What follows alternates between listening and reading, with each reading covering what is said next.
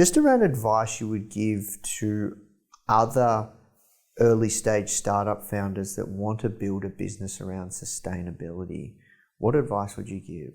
We say this one a lot, but definitely just speaking to as many customers as you can and understanding the problem as much as possible.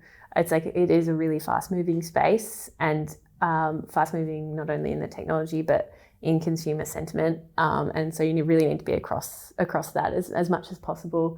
That's a big piece of advice. And like, it sounds like a big deal when you say talk to a customer, but it's like just picking up the phone to a friend, or, you know, it can be quite casual.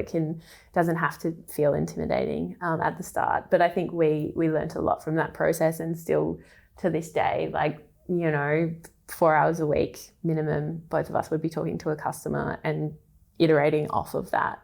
So I think that's important. Yeah, I think definitely is just because your product is sustainable doesn't mean it'll sell. Like 5 years ago, there wasn't as many products that were sustainable. Now you go down a supermarket aisle and you know, you're inundated with, you know, interesting packaging, interesting food sources, and then, you know, online and your sponsored feeds, everything.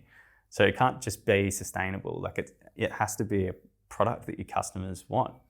So I think it's like really getting to know your customers, speaking to hundreds of them, as you know, if you can. I think we probably would have spoken to about 200 customers before we actually launched our product. So just like we were sending out mass emails, just speak to as many people as you can and make sure, you know, because it's easier to iterate when it's just a theoretical idea as opposed to when it's a physical form and then you need to go back and reverse engineer things.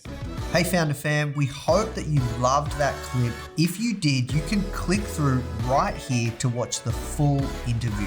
You don't want to miss this one. See you there.